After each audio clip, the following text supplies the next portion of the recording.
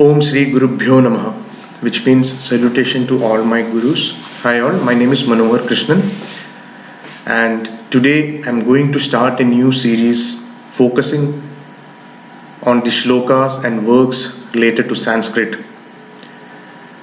As we move further, we will explore various shlokas from the Sanskrit literature, whether it is art, itihasa like Mahabharata, Ramayana, Vedas, so on and so forth.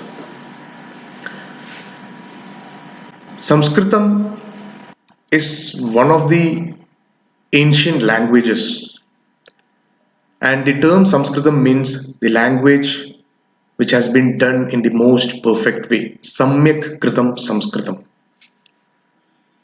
Sanskritam is a very simple language, and like all other languages, it has a great background of vocabulary, phonetics, grammar, so on and so forth. If we start discussing the dating of this language, on a factual basis, we can consider Ramayana, which is around 5000 to 7000 years old. And if you consider the Veda, the Sanskritam language is much older than Ramayana. But for the factual purpose, we'll take Ramayana, which is also known as the Adi Kavyam, which is around 5000 to 7000 years old, written by the great saint Valmiki. The relevance of the language was not that much after the independence, but yes, in the recent years, a lot of people are coming back trying to learn the language, and it doesn't have any age limitations. It's a very simple language. In India, if you see Uttarakhand, the official language of the state is Sanskritam. There are a lot of cities and towns, small villages in our country where Sanskritam is still used. And for sure, Sanskritam was at one point in time the common language used by the entire population in this great nation. So my endeavor is to plug ourselves back to the roots. Let us try and understand what's there, what things can we extract from the great works which is lying in a corner as of now. And we will start with Subhashitani.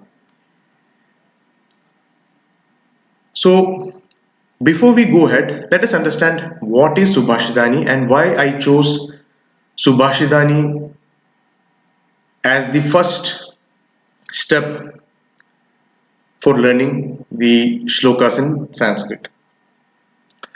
So Subhashitani stands for good sayings.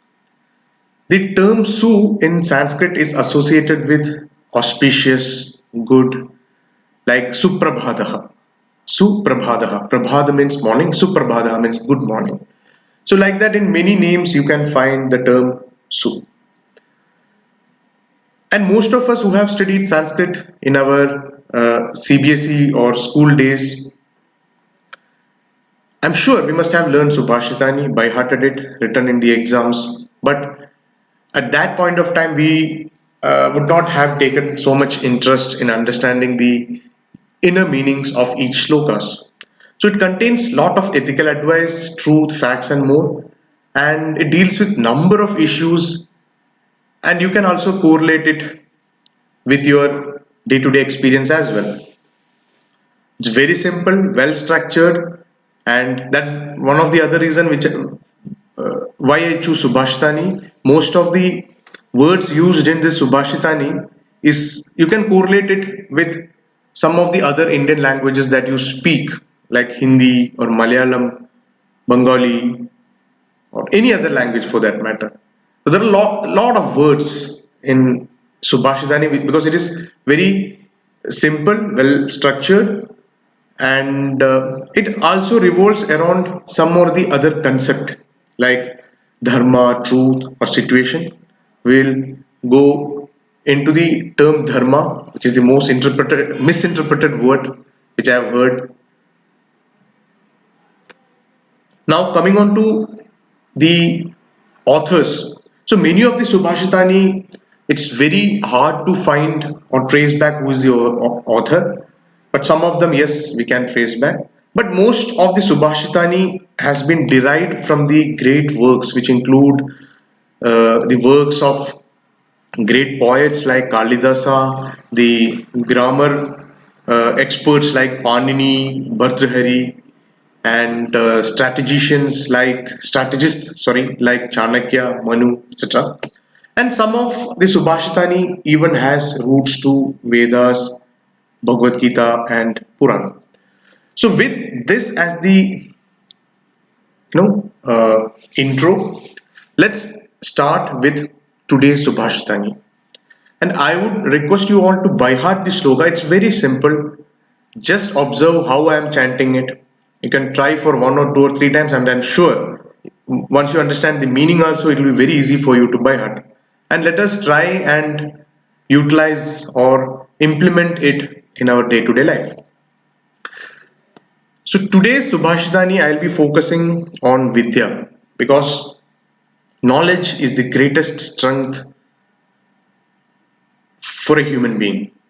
So today's sloka is Vidya datati vinayam vinayadyadi patratvam patratva dhanamapnoti dhanat dharma tadassukam.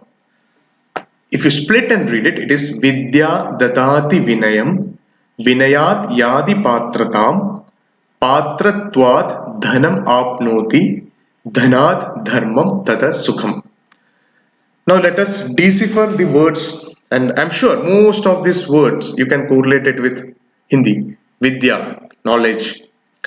Dadadi, if you compare with Hindi, deta hai, matlab gives. So dadadi means gives. This is the simple terms. We will discuss the finer meanings of these words as well. Vinayam, it's a very common word used across.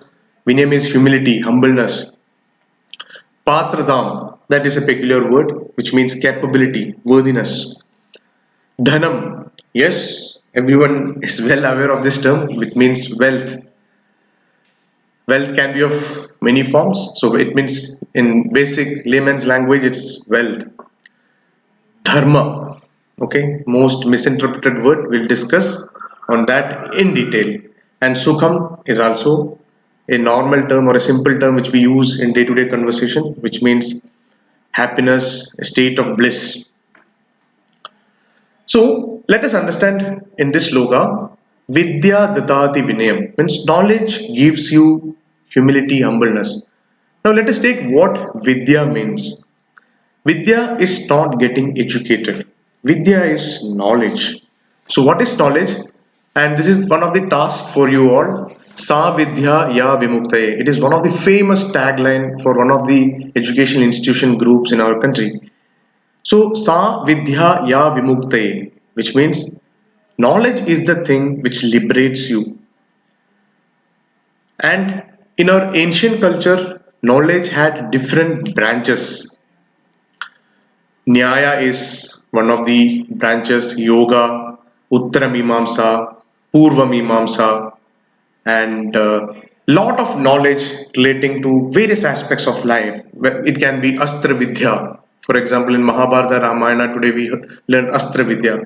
And there used to be umpteen number of Vidyas available. And they used to get the Vidya from the Gurukula. And the knowledge in this perspective is the true knowledge, which is, you can practically apply it. It's not just simply getting educated. So there's a difference between getting educated and being knowledgeable. We are all educated, but very few of us are knowledgeable. And the true knowledgeable person or the person having knowledge will be having the greatest quality that knowledge gives you. That is humility, humbleness.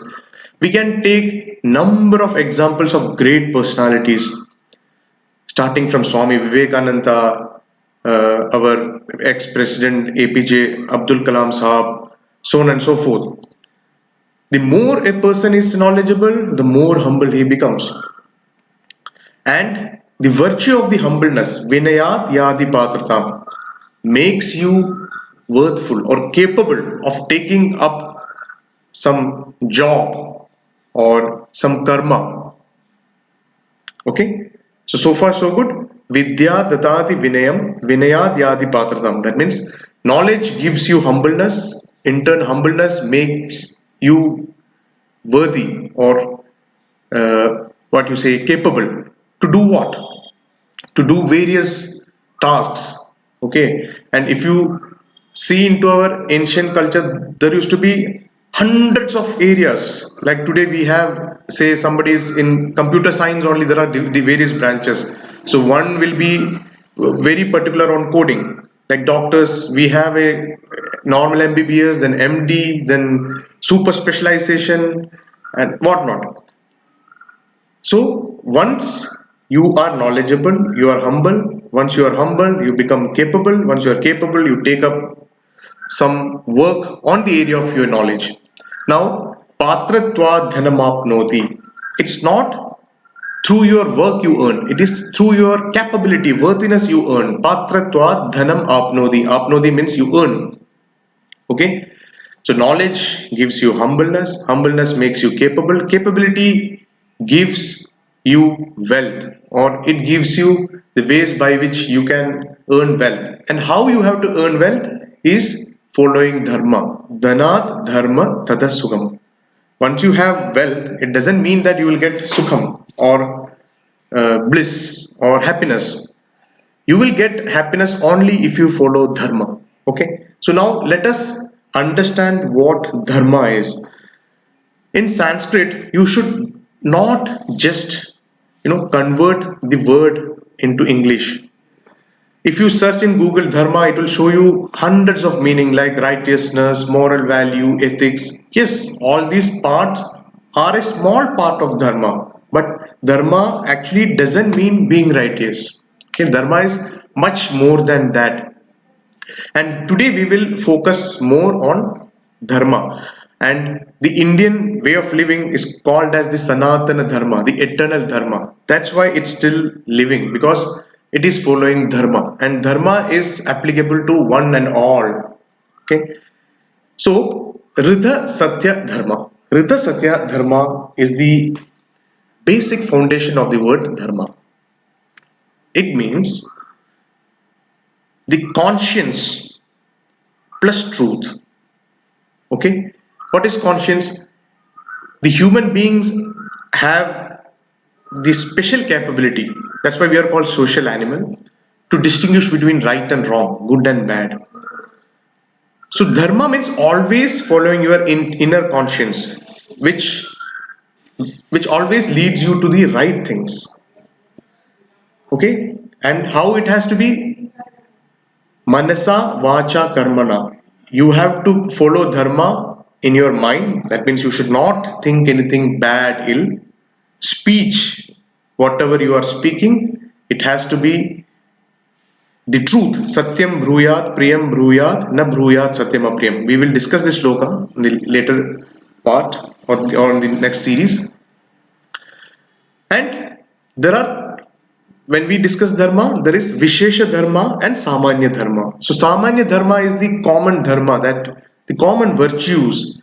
It includes Satya, means truthfulness, Daya, being kindful, Ashteya, means prohibiting you or preventing you from doing the deeds of theft and illegal activities.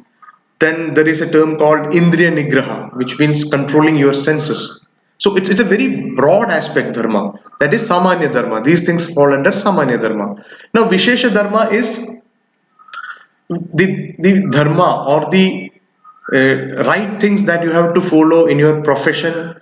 Like you are a chartered accountant or a doctor, you have a professional ethics, so you should follow that. That is Vishesha dharma.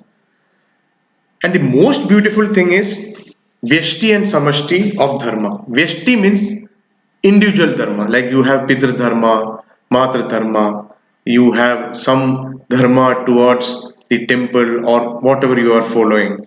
And Samashti is some dharma related to your society.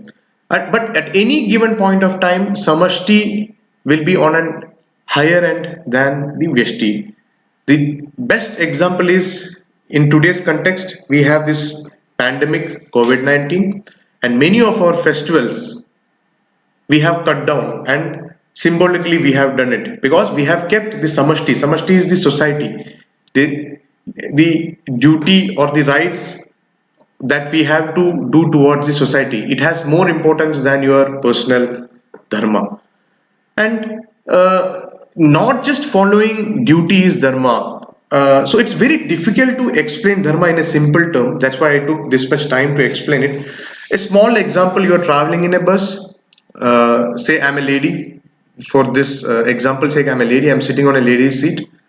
But on the next stop, a pregnant lady alights the bus, and morally I'm doing right. I'm sitting on a lady's seat. I don't have to stand up. But yes, dharma, your inner conscience will always prompt you to be kind.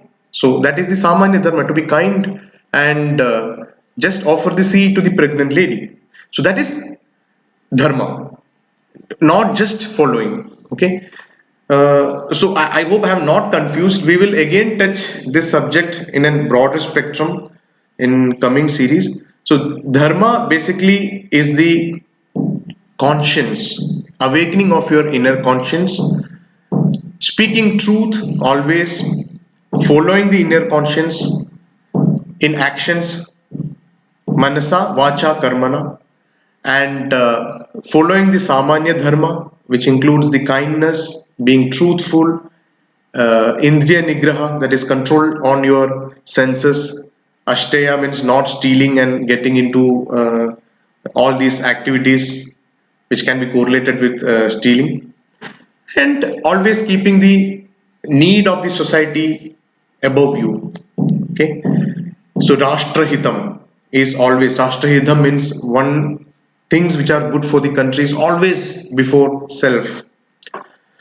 So once again we will recapitulate the entire sloga and understand what it has to offer to you.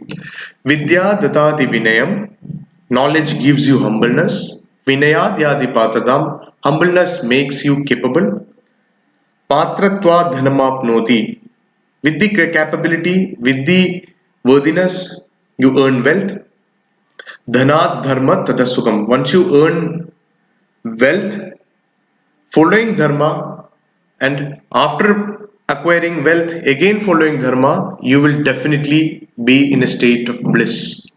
So those people who earn money or do the entire steps without following dharma, the peace of mind will not be there. So very simple sloka with great amount of information, knowledge.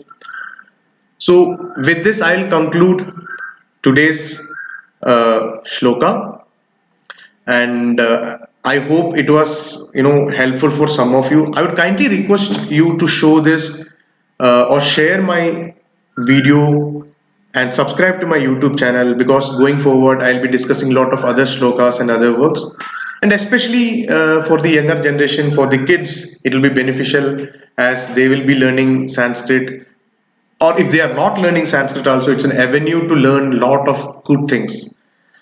So with this, we'll conclude today's session. Om Shri Gurubhyo Namaha. Thank you.